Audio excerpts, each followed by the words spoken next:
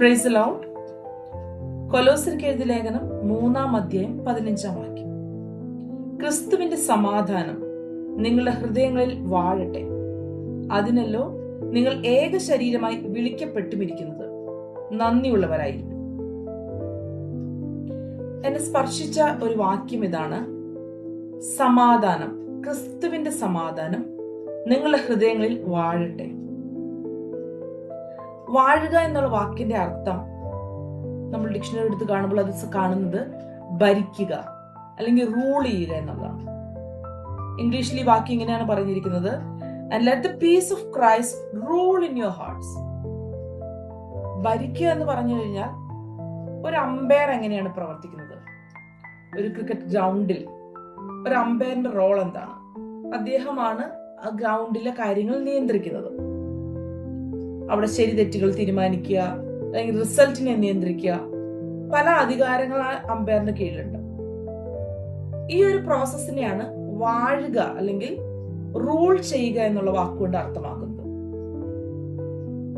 ചില നടപടിക്രമങ്ങൾ പൂർത്തീകരിക്കുക, ചില അധികാരം പ്രയോഗിക്കുക, അല്ലെങ്കിൽ ഒരു ഡോമിനേഷൻ, ഒരു ഏരിയയുടെ മുകളിലോ അല്ലെങ്കിൽ കുറച്ച് വ്യക്തികളുടെ മുകളിലുള്ള ഡോമിനേഷൻ, ഇതിനെയൊക്കെയാണ് റൂൾ ചെയ്യുക എന്നുള്ള വാക്കുകൊണ്ടുള്ള അർത്ഥം.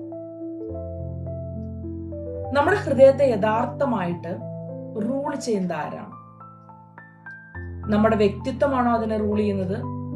മറ്റു പല വ്യക്തികളാണോ? അതോ കർത്താവാണോ നമ്മൾ റൂൾ ചെയ്യുന്നത്? അതോ മറ്റു ചില ബന്ധങ്ങളാണോ നമ്മൾ റൂൾ ചെയ്യുന്നത്? പലപ്പോഴും ക്രിസ്തുവുമായിട്ടുള്ള നമ്മുടെ ബന്ധം എന്ന് പറയുന്നത് അത് വികാരമായി മാറരുത്. ഞായറാഴ്ച ആരാധനയ്ക്ക് കടന്നു പോകുമ്പോൾ ആരാധന മധ്യത്തിൽ ഉണ്ടാകുന്ന ഒരു വികാരം മാത്രമായി മാറാതെ, ഒരു ഫീലിങ്സ് മാത്രമായി മാറാതെ, നമ്മുടെ ഹൃദയത്തിന്റെ ഫുൾ കൺട്രോൾ ക്രിസ്തുവിന്റെ കയ്യിലായിത്തീരണം. കർത്താവ് ഒരുക്കുന്ന പീസ് അല്ലെങ്കിൽ ദൈവത്തിന്റെ സമാധാനം, ക്രിസ്തുവിന്റെ സമാധാനം നിങ്ങളെ ഭരിക്കുന്നില്ലെങ്കിൽ, നിങ്ങളെ വാഴുന്നില്ലെങ്കിൽ, അവിടെ മറ്റെന്തൊക്കെയോ നിങ്ങളെ വാഴുവാനായിട്ട് ഇടയായിത്തീരും. ഒരിക്കലും ഒരു ഹൃദയം ഒരു വേക്കന്റ് ആയിട്ടിരിക്കില്ല, ഒഴിഞ്ഞിരിക്കില്ല. അവിടെ എന്തെങ്കിലും ഒരു ഒക്യുപ്പൈ ചെയ്യുന്ന എന്തെങ്കിലും കാര്യം ഉണ്ടാവും. നമ്മൾ ഒരു കാര്യം അല്ലെങ്കിൽ മറ്റൊരു കാര്യം എപ്പോഴും ചിന്തിച്ചുകൊണ്ടിരിക്കും. ക്രിസ്തുവിന്റെ സമാധാനം നമ്മളെ ഒക്യുപ്പൈ ചെയ്തില്ലെങ്കിൽ, നമ്മളെ ഭരിച്ചില്ലെങ്കിൽ, അല്ലെങ്കിൽ നമ്മളെ റൂൾ ചെയ്തില്ലെങ്കിൽ, അവിടെ എന്തൊക്കെ റൂൾ ചെയ്യാമെന്ന് നമുക്ക് ആദ്യം കാണാം. ഒന്നാമതായിട്ട് നമ്മുടെ ഇമോഷൻസ് നമ്മളെ റൂൾ ചെയ്യാം. ഒരു ദേഷ്യമാവാം, ഭയമാവാം, അസൂയയാവാം. അങ്ങനെ മനുഷ്യന്റെ ജീവിതത്തിൽ പലതരത്തിലുള്ള ഇമോഷൻസ് ഉണ്ട്. അത് ഏതെങ്കിലും ഒരു ഇമോഷൻസ് ഒക്കെ നമ്മൾ റൂൾ ചെയ്യാം.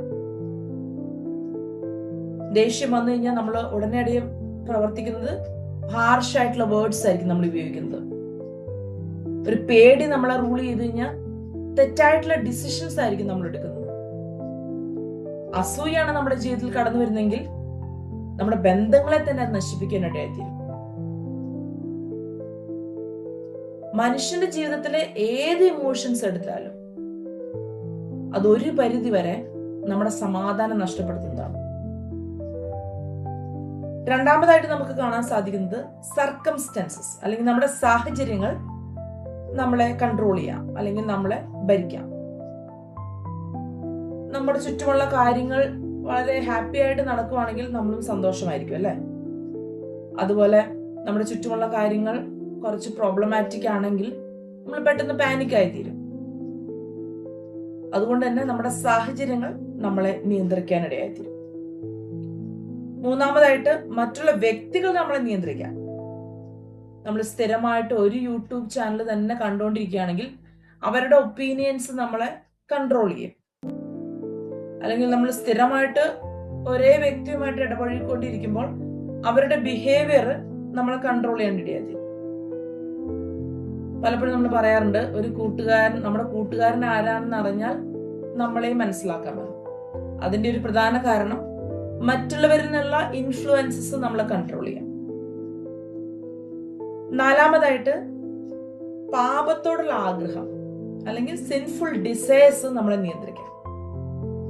ഒരു അഭിമാനകരമായിട്ടുള്ള ചില കാര്യങ്ങൾ നമ്മുടെ ഉള്ളിൽ ചിന്തിക്കുമ്പോൾ, ഒരു മടുപ്പ് അല്ലെങ്കിൽ ലേസിനെസ് വരുമ്പോൾ, മറ്റുള്ളവരുള്ള പ്രതികാരം അല്ലെങ്കിൽ അധികാരമോഹം, ലാഭമോഹം, ഇതൊക്കെ ഈ സിൻഫുൾ ഡിസയേഴ്സ് ഒക്കെ നമ്മളെ നിയന്ത്രിക്കാനായിട്ടായിത്തീരും. നമ്മൾ എന്തിനെയാണോ ഒബേ ചെയ്യുന്നത് അതായിരിക്കും നമ്മളെ നിയന്ത്രിക്കുന്നത്. ദൈവവചനത്തിലും ഇത് തന്നെയാണ് പറയുന്നത്. ക്രിസ്തുവിന് നമ്മൾ കീഴ്പ്പെട്ടിരിക്കുവാണെങ്കിൽ, ക്രിസ്തുവിന്റെ സമാധാനത്തിന്റെ കീഴ്പ്പെടലിൽ നമ്മൾ ആയിത്തീർന്നാൽ നമ്മൾ ക്രിസ്തുവിന് കീഴ്പ്പെട്ടിരിക്കും. നിങ്ങളുടെ ഹൃദയങ്ങളിൽ ക്രിസ്തുവിന്റെ സമാധാനം വാഴുക. ഈ ദിവസങ്ങളിൽ കർത്താവിന് കീഴ്പ്പെട്ടിരിക്കുവാൻ, പൂർണ്ണമായിട്ടും നമ്മുടെ ഹൃദയം കർത്താവിന് കൊടുത്ത് സ്വർഗീയ സമാധാനം നമ്മൾ അനുഭവിക്കുമ്പോൾ, ദൈവിക സമാധാനം നമ്മൾ വ്യാപരിക്കുമ്പോൾ, നമ്മുടെ ശരീരം മുഴുവൻ, നമ്മുടെ ആത്മാവ് മുഴുവനും കർത്താവിലേക്ക് ആയിത്തീരുവാനിടയായിത്തീരും. ഈ ദിവസങ്ങളിൽ അങ്ങനെ ഒരു അളവിലേക്ക് ക്രിസ്തുവിന്റെ സമാധാനം നിങ്ങളെ നിയന്ത്രിക്കത്തക്ക രീതിയിലുള്ള ഒരു ദൈവികമായിട്ടുള്ള അനുഭവത്തിലേക്ക് മാറുവാൻ കർത്താവ് നിങ്ങളെ സഹായിക്കട്ടെ. Praise the Lord.